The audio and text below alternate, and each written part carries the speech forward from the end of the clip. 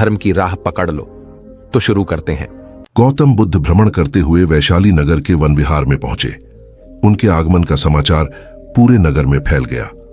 कुछ ही समय में मानो पूरा नगर उनके दर्शन के लिए उमड़ पड़ा। बड़े व्यापारी, शिक्षाविद, समाज सेवी, अधिकारी और राज परिवार से जुड़े कई वरिष्ठ भी वहां पहुंचे।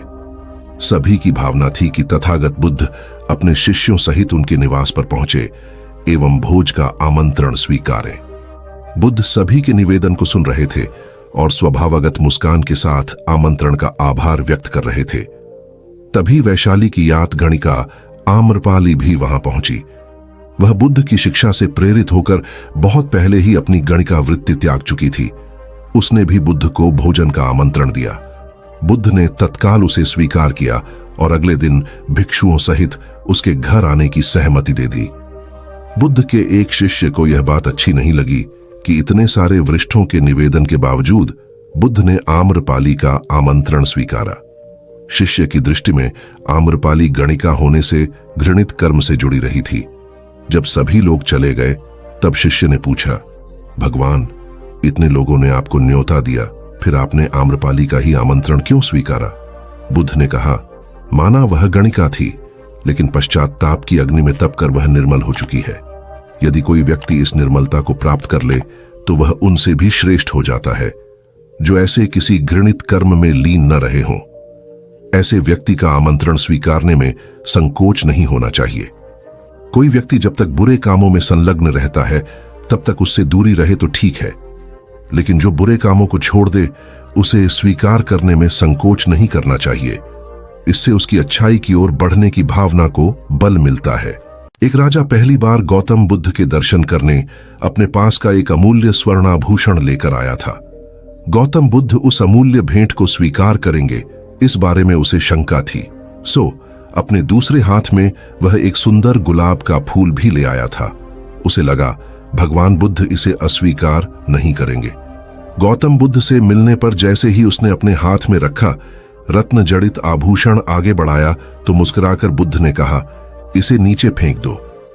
राजा को बुरा लगा, फिर भी उसने वह आभूषण फेंककर दूसरे हाथ में पकड़ा हुआ गुलाब का फूल बुद्ध को अर्पण किया, यह सोचकर कि गुलाब में कुछ आध्यात्मिकता, कुछ प्राकृतिक सौंदर्य भी शामिल है।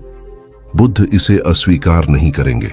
लेकिन फूल देने के लिए राजा ने जैसे ही अपने हाथ आगे बढ़ाए, बुद्ध ने फिर कहा, इसे नीचे गिरा दो। राजा परेशान हुआ। वह बुद्ध को कुछ देना चाहता था, पर अब उसके पास देने के लिए कुछ भी बचा नहीं था। तभी उसे स्वयं का ख्याल आया। उसने सोचा, वस्तुएं भेंट करने से बेहतर है कि मैं अपने आप को ही भेंट कर दूं। ख्याल आते ही उसने अपने आप को बुद्ध को भेंट करना चाहा। बुद्ध ने फिर कहा, नीचे गिरा दो। गौतम के जो शिष्य वहां मौजूद थे वे राजा की स्थिति देखकर हंसने लगे। तभी राजा को बोध हुआ, मैं अपने आप को समर्पित करता हूं।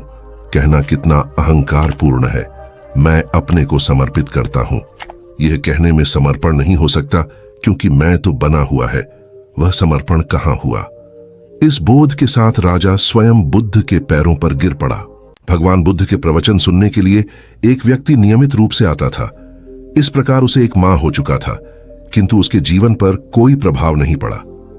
भगवान बुद्ध उपदेश में कहते थे कि धर्म पर चलो, अपने जीवन से राग द्वेष को दूर करो, काम, क्रोध, लोभ, मोह और अहंकार से सदा दूर रहो।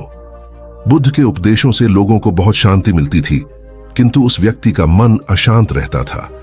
एक दिन उसने बुद्ध से जाकर कहा, हे प्रभु, मैं एक माह से आपका उपदेश सुन रहा हूं, किंतु उसका तनिक भी असर मेरे आचरण पर नहीं पड़ा। मैं बहुत परेशान हूं, मुझे क्या करना चाहिए? बुद्ध उनकी बात सुनकर बोले, तुम कहां के रहने वाले हो? उसने कहा, श्रावस्ती का।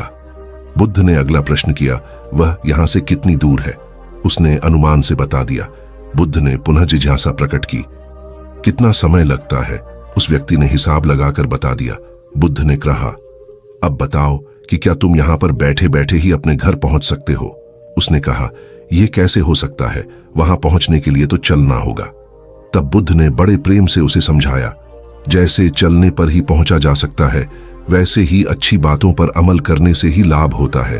हे प्यारे, तुम मेरे ज्ञान के साथ अपने कर्म को जोड़ दो, तब तुमको उत्तम फल मिलेगा।